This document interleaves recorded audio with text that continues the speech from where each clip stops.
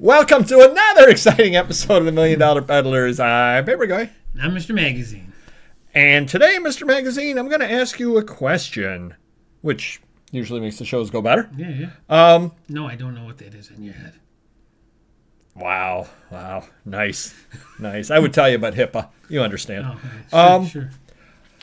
And I know we've talked about this before, but I wanted to delve into it again because going to the estate sales a little earlier than I used to. Now, I don't know if you've heard or not, but I'm retired. I have heard, yeah. Yeah, it's a rumor. Now you got to try and beat Local Joe. He came in. He said he's going to get there earlier and beat you. I see more people using their phones and looking things up, and I know that a lot of the book scanners are there scanning books and the like. Yeah. And so there are a number of resellers out there who basically look everything up across the board, and I don't know. I would be curious to follow them around to see if they have any natural ability or if it's all just looking everything up. I was thinking the same thing. I was thinking two things. One, how long does it take him to go through there? Because time is valuable. And two, yeah, like you said, you don't need to do that because you know, for the most part, what a deal is. You don't need to know that this book's worth $100, but you know, hey, it's worth more than $2.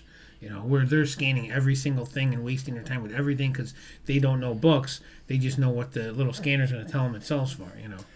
And that kind of raised the question that I was wondering about that was, do you think, I guess over time, I would guess that they're going to not scan the Da Vinci Code and not scan a Harry Potter book. Right. If you've seen enough of them, you're going to know better. Certain kids' books they'll stay away from, or newer soft cover series, whatever, yeah. Yeah, so I kind of was wondering on that and exactly how they do that. And if anybody out there knows anybody that does the heavy-duty scanning, kind of comment down below because we're kind of curious about that. I got a question, though. Yes. I don't know much about the scanning thing because I value my time. But anyways. Wow. Shots fired. Are they scanning just Amazon, eBay? Is there a site that does it all? Because it's something where, say, I don't know, there's a Miss Piggy series, 30 volumes. Well, eBay may have most of them at $5. Amazon may have a couple of those at 15 or 20. So, like, you know, is there a program that has them all? Or? Well, and that raises another question because I've gone with that estate sale that I bought out the books.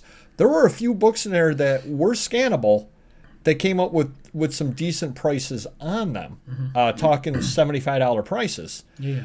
But then my question was, do they have it set up for price, or do they have it set up for some combination of price and sales value? That's interesting, yeah. Because, yeah, great, it's a $200 book, supposedly on Amazon. Yeah, it's a 1.5 million, you know. Seller, you may sit on it forever, versus it's a $40 book, but it's a 440th seller. Well, you're going to sell that right away. So I kind of was wondering because I did find a couple of decent books that they had passed by, and I know people had gone through their scanning. Well, you're in an advantage from your knowledge over the years because two things. One, you know a lot of the soft covers or the newer stuff anyways, what to stay away from. Two, they may not know anything without a barcode. So you have that advantage there. Right. You know? They may not spend $5 on a book. You know, they're probably trying to buy 50-cent dollar books that are worth $5 to $10. Well, they might be a 20, 25 might be what their thing is. If it's a hardcover $5 or $10, they may stay away from it, but it might be a $100 book and they have no clue. Right. You know?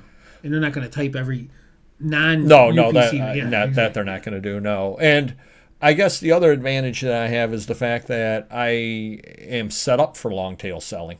So it's a $75 book and it may take 3 years to sell. Right. What do I care? I've got plenty of other books that are $7 books that'll take a lot longer than 3 years to sell. Yeah. So what do I really care on that? Right. But that brings me to my question, which I know we've asked before. It only took 45 minutes to get to it, so it's one of my typical rambling shows here. How much stuff do you look up versus you or your people look up versus you just know and price it out without looking it up? Lately, with things being tighter and me trying to get things either cheaper or not at all, I'm getting more selective.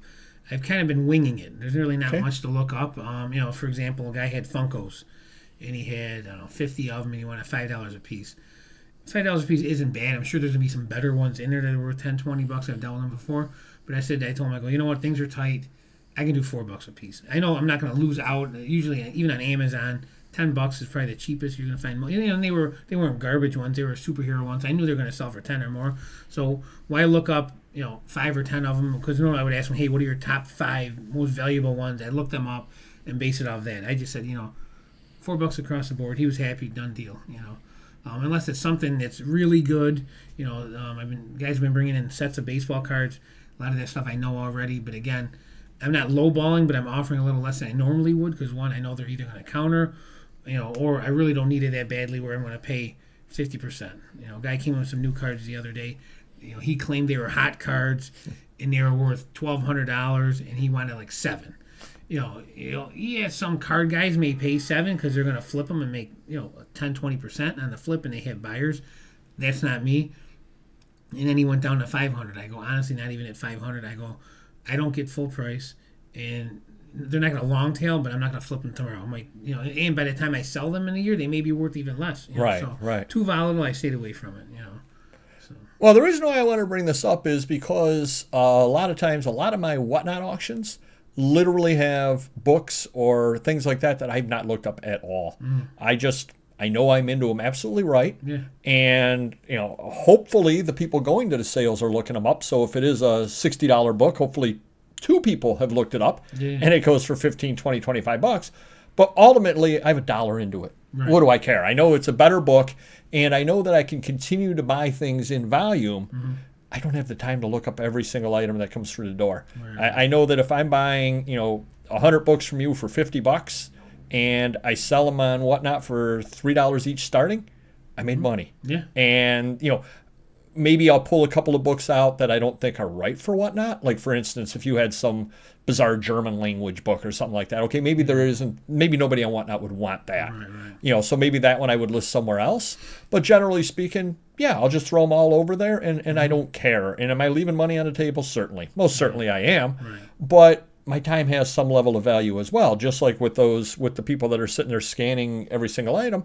My time has value on that where I'll jump right ahead of them. Yeah, I got guys that come into the shop and go through comics on their phone 2-3 hours, and they'll spend $10. So even if that comic's worth, you know, say comics for $10, 5 each, whatever, 3 each, whatever.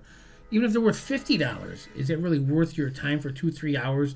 You got to sell it. You got to, you know, the fees and so forth. You know, it's crazy. No, definitely. So do comment down below how much stuff you actually do look up when you're out there, because again, much like Mr. Magazine, I'm winging it more and more as I'm getting older. Now, some level of that is just having the experience that you know I can look at it and say that I believe this is probably worth. Now, that doesn't necessarily mean it's 100% true. It could be worth a lot more than what I think it is. You know, it's going to be a deal for $2, $5, $10. You're not going to lose out on, geez, I think that book's $100. I'm going to pay $10, and it's worth $3. Right. Odds are that's not going to happen. Right. Exactly. If I'm paying $10 and I think I can sell it real quick for $25, good for me, and maybe it is $100, but I don't believe it's a $1,000 book at this point. We've been doing this almost 30 years. Some books you've never seen, so if you come across it, it has to be rare of some sort. More difficult, magazines, right? Even with me, magazines. We opened a box of high societies from the 70s.